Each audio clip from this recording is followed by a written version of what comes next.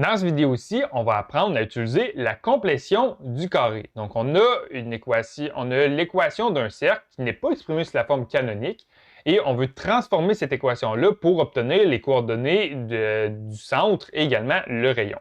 Donc, on va faire le numéro 4.16 des notes de cours. On va faire le numéro G. Je vous invite à toutes les faire. Nous, on va faire ensemble le numéro G. Donc, on a l'équation suivante, x au carré plus y au carré plus 6x moins 4y qui est égal à 23. Et on veut trouver le centre et le rayon du cercle grâce à cette équation-là. Donc là, ce qu'on doit faire, c'est la complétion du carré. Puisqu'on a l'équation exprimée sous cette forme-là, qui en va ici, c'est l'équation exprimée sous cette forme-là ici. Donc, on a x au carré plus ax, et ce qu'on va obtenir, ça va être x plus a sur 2 au carré moins a sur 2 au carré. Donc, on va aller ici. Et là, premièrement, ce que je vais faire, je vais changer l'ordre de mon équation ici. Je vais utiliser la commutativité de l'addition pour regrouper ensemble chacun des termes qui ont comme partie variable x et tous les termes qui sont selon y, on va les mettre ensemble. On va donc avoir x au carré plus 6x plus y au carré moins 4y qui est égal à 23. Donc là, on a pris la même équation, on a simplement changé l'ordre des termes. Et là, je vais prendre la partie ici. Donc là, ici, on a x au carré plus ax. Donc ici, on a un a qui est égal à 6. Et grâce à la complétion du carré, ce qu'on va faire, on va avoir x plus a sur 2, donc x plus 6 sur 2. Et ça va être au carré, moins a sur 2, donc moins, entre parenthèses, 6 sur 2 au carré. Et on va faire la même chose avec cette partie-là ici. Donc, au lieu de A, je vais changer de nom, on va l'appeler B. On a Y au carré plus BY. Donc, notre B ici, c'est égal à moins 4. Donc, ici, on a moins 4. Donc, ici, on va avoir Y plus B sur 2. Donc, Y moins 4 sur 2. Et ça va être au carré. Moins B sur 2 au carré. Donc, moins, entre parenthèses, moins 4 sur 2 au carré. Et à la fin ici, ça va être égal à 23, ça ne change pas. Donc, ce qu'on veut, on prend la partie ici, et grâce à la complétion du carré, on l'a transformé sous cette forme-là ici.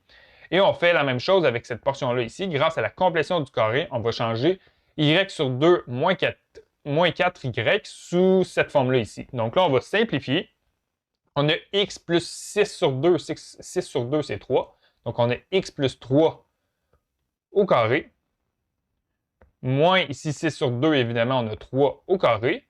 Plus, entre parenthèses, ici, on a y moins 4 sur 2. Donc, on a y moins 2 au carré. Moins, entre parenthèses, moins 4 sur 2, on a moins 2 au carré, qui est égal à 23. Et là, quand on applique le carré ici, on a x plus 3 au carré, moins 3 au carré, donc moins 9.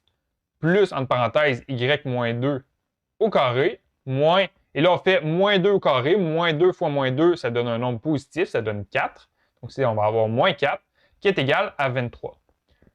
Et là, lorsqu'on vient de faire la complétion du carré, là, on va envoyer chacun des termes qui n'ont pas comme partie variable ni x ni y. Donc, on a le moins 9 ici et on a le moins 4. Et on va l'envoyer du côté droit de l'équation. Donc, on va faire plus 9 plus 4 du côté gauche. On va également faire plus 9 plus 4 du côté droit de l'équation. Donc, on va avoir x plus 3 au carré plus y moins 2 au carré qui est égal à 23 plus 9 plus 4. Et là, ici, quand on simplifie, on va avoir x plus 3 au carré plus y moins 2 au carré qui est égal. Et lorsqu'on fait 23 plus 9, ça fait 32. 32 plus 4, ça fait 36.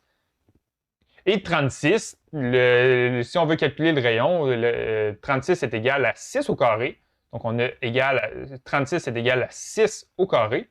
Donc là, ici, on a l'équation canonique de notre cercle. Et grâce à cette information-là, grâce à l'équation de notre cercle exprimée sous cette forme-là, on est capable de trouver les coordonnées du centre du cercle et son rayon. L'équation de notre cercle, habituellement, on a x moins h plus y moins k.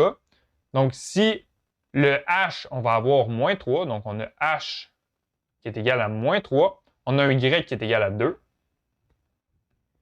Et ici, on a un rayon qui est égal à 6.